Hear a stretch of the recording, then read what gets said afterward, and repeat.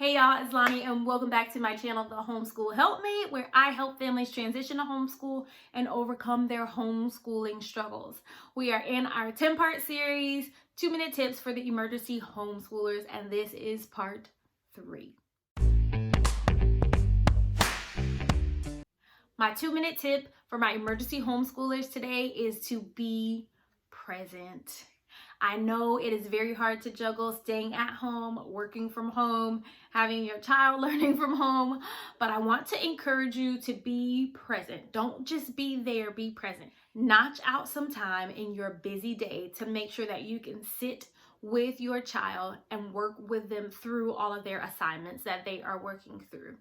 It is a really hard transition for a child to go from learning in a classroom with peers and teachers to sitting in front of a computer and learning all by themselves. So make sure that you take the time to be present. Don't expect them to get everything done independently.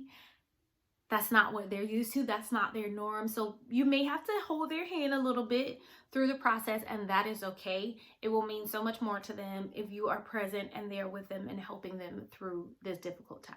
All right, guys, and that's all I have for you today. I will see you tomorrow for your next 2-minute tip for my emergency homeschoolers. I'll see you in the next one. Bye.